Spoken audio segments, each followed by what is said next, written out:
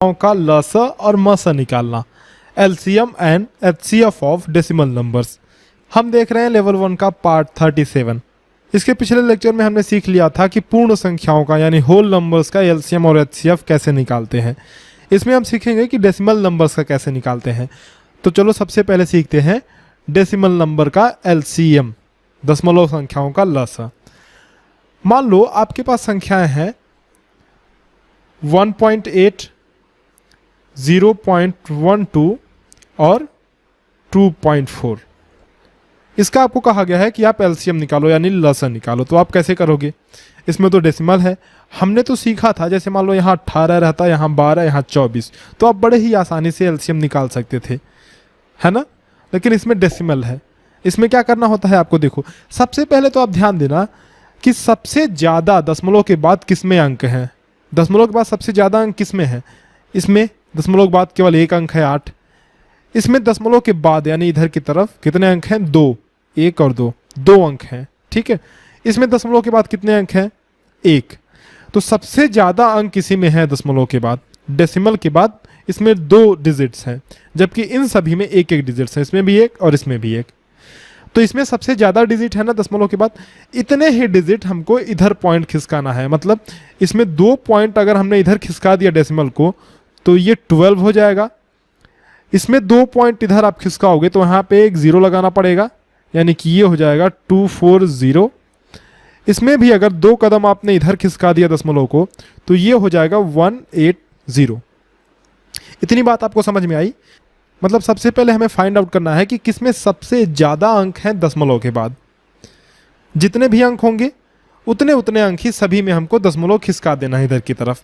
ऐसा नहीं करना है कि हमने इसमें 2 अंक खिसका दिया, इसमें 1 ही अंक खिसका, ऐसा नहीं करना है, गलत हो जाएगा। जितना इसमें खिसकाओगे उतना ही सभी में खिसकाना है। अब हमारे पास 180, 12 और 240 रिजल्ट आया।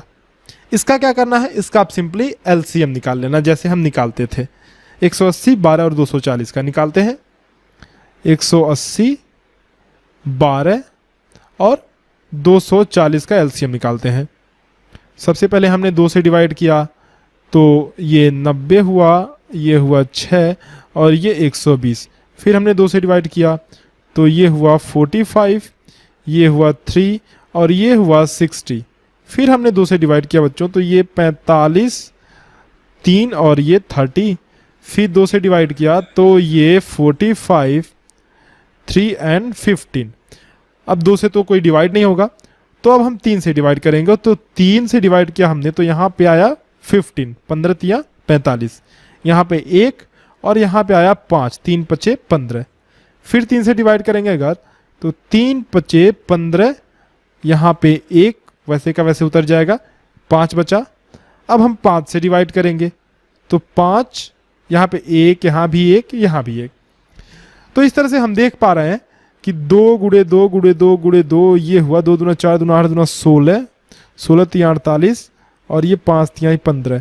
इसका अगर आप गुणा करोगे टोटल तो 2 दूना 4 दूना 8 दूना 16, 5 80 और 3 3 का 9, 8 9 72 यानी 720।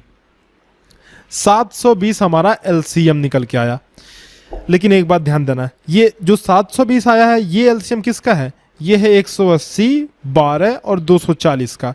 मतलब इनका जो एलसीएम है ना ये है 720, 720। लेकिन हमको निकालना किसका था? हमें निकालना था 1.8, 0.12 और 2.40 का एलसीएम निकालना था। हमने तो इनका एलसीएम निकाल लिया। तो अब क्या करेंगे, ध्यान से सुनना। जितना अंक हमने इधर दशमलव खिसकाया था रिजल्ट में उतना ही अंक वापस से फिर से इधर खिसका देंगे। मान लो यहाँ पे आप दशमलव रख सकते हो ना, ऐसे मान लो 0.0 रखो, कोई मतलब नहीं है इसका। तो आप यहाँ पे डेसिमल है तो इसको 2 पॉइंट इधर खिसका दो तो ये हो जाएगा 7.20। इसको आप लिख सकते हो 7.2 भी लिख सकते हो कि नहीं? 7.20 को 7.2 भी लिख सकते हो। तो जो ये 7.2 आया ना बच्चों, यही हमारा एलसीएम है किसका? 1.8 का, 0.12 का और 2.4 का। तो बात आप समझ गए करना कैसे है। जो भी डेसिमल नंबर है उसमें सबसे पहले ये जानना है, हमें ये खोजना है कि सबसे ज़्यादा किसमें अंक है दशमलव के बाद। डेसिमल के बाद जिसमें भी सबसे ज़्यादा अंक होंगे उसी के हिसाब से डेसिमल को हमें इधर उधर खिसकाना है। इसमें 2 अंक थे सबसे ज़्यादा, तो 2 अंक हमने डेसिमल इधर की तरफ खिसका दिया सभी में। और जो रिजल्ट आया हमारा, रिजल्ट कितना आया था, रिजल्ट तो हमारा आया था 720 ना। तो 720 में जो रिजल्ट आया, जो भी रिजल्ट आएगा उसमें हमें डेसिमल फिर से उसी स्थिति में ला देना है। मतलब 2 अंक हमने इधर खिसकाया था, तो 2 अंक फिर से उल्टा इधर की तरफ खिसका देना है। दशमलव यहाँ पे माना जाता है ना लास्ट में, तो 2 अंक इधर आप खिसकाए तो ये रिजल्ट आया 7.2, और यही तो हमारा आंसर है ना आसान। चलो मान लो एक और एग्जांपल लेते हैं 1.8, और इस बार सभी में मान लो एक एक अंक के बाद दशमलव है। मान लो हमारे पास है 1.8, मान लो हमारे पास है 1.8, 1.2 एंड 2.4। अब क्या करेंगे, इसमें डेसिमल के बाद कितने अंक हैं, 1। इसमें भी डेसिमल के बाद एक ही अंक है, इसमें भी डेसिमल के बाद एक ही डिजिट है, सभी में एक ही डिजिट है ना। तो सिंपली हम क्या करेंगे, एक एक डिजिट सब में डेसिमल इधर की तरफ खिसका देंगे दशमलव में। तो ये हो जाएगा बच्चों 18, 12 और 24, और इन्हीं का हम एलसीएम निकाल लेंगे 18, 12, 24 का। चलो इस बार हम निकालते हैं गुणनखंड विधि से। तो 18 का हो जाएगा, ये हो जाएगा 2 गुणे 3 गुणे 3। 12 का होगा 2 गुणे 2 गुणे 3। 24 का होगा 2 गुणे 2 गुणे 2 गुणे 3। तो एलसीएम निकालने के लिए हम क्या करेंगे बच्चों, देखेंगे कि 2 सबसे ज़्यादा किस में है, इसी में है, 3 बार है ना यहाँ पे। और 3 सबसे ज़्यादा किस में है, इसमें है सबसे ज़्यादा 3। और कोई संख्या है क्या इसमें 2 और 3 के अलावा, देखो इसमें भी 2 और 3 ही है, इसमें भी 2 और 3 है, हाँ केवल 2 और 3 है। तो 3 बार हम 2 लिखेंगे, 2 गुणे 2 गुणे 2, और 2 बार यहाँ से देखो 2 बार 3 लिखेंगे, गुणे 3 गुणे 3। फैक्टराइजेशन मेथड से हमने सीखा था ना एलसीएम निकालना, वही वाला है। कभी कभी ये भी आसान हो जाता है, तो हम दोनों मेथड का इस्तेमाल कर सकते हैं। 2 दूना 4 दूना 8, 3 के 24, या ये हुआ 72। यानी जो हमारा एलसीएम निकल के आया वो आया 72। किसका एलसीएम है वो इनका एलसीएम है। 18, 12 और 24 का एलसीएम है, ये एलसीएम है 72। अब हमें करना क्या है, जैसा हमने पहले सवाल में किया था अपने, इसमें हमने एक अंक डेसिमल इधर की तरफ खिसकाया है, तो इसमें उल्टा इधर की तरफ एक अंक खिसका देंगे। तो ये कितना हो जाएगा 7.2, और यही हमारा आंसर है। यानी कि 1.8, 1.2 और 2.4 का जो एलसीएम यानी कि लसा है वो है 7.2। आ गई बात समझ में। इस तरह से आपने सीखा कि दशमलव संख्याओं का लसा कैसे निकालते हैं। अब हम सीखते हैं कि दशमलव संख्याओं का मसा यानी एचसीएफ कैसे निकालते हैं। देखो मान लो हमारे पास सबसे पहले वही नंबर्स लेते हैं जो हमने पहले लिया था। नंबर्स हमने क्या क्या लिया था, 1.8, 0.12 और हमने लिया था 2.4। इसमें भी वैसे ही करना है। सबसे पहले देखना है कि सबसे ज़्यादा अंक किस में है दशमलव के बाद, इसी में है। देखो 2 डिजिट है डेसिमल के बाद, उतना ही डेसिमल नंबर हमें खिसका देना है। जैसे ये इसको 2 अंक अगर आप इधर खिसकाओगे तो ये हो जाएगा 180।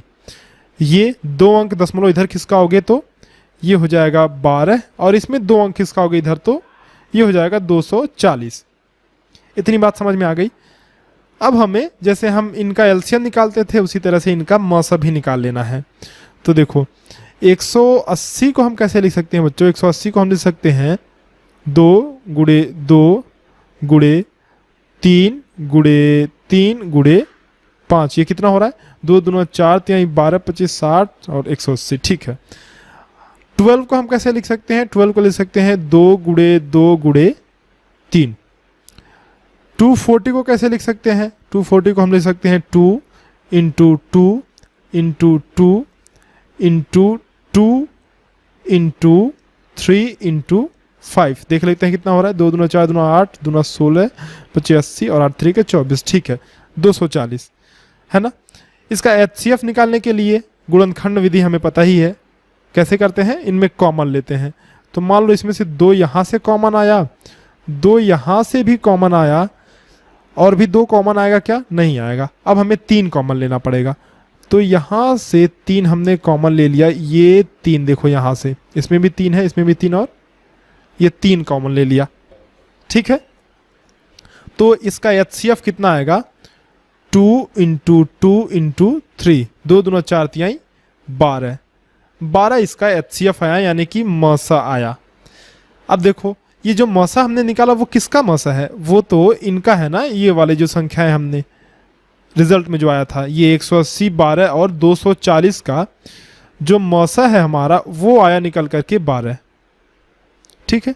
लेकिन हमें मसा किसका निकालना था, 1.8, 0.12 और 2.4 का। तो ध्यान दो इस बार भी वही काम करना है, जैसे हमने 2 अंक इसमें दशमलव इधर खिसकाया था, तो जो रिजल्ट आया उसमें 2 अंक हम इधर की तरफ खिसका देंगे उल्टा। तो इसमें क्या हो जाएगा, 2 अंक इधर की तरफ दशमलव खिसकाओगे, दशमलव लास्ट में ही तो रखते हैं यहाँ पे, तो यहाँ से 2 अंक इधर खिसकाओगे तो ये यहाँ आ जाएगा 0.12 हो जाएगा, होगा कि नहीं। इसको आप ऐसे भी लिख सकते हो 0.12 भी।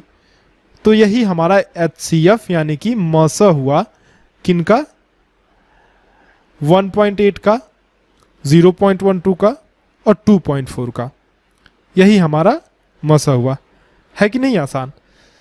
तो दशमलव संख्याओं का यानी डेसिमल नंबर्स का LCM और HCF निकालना एक जैसा ही काम है।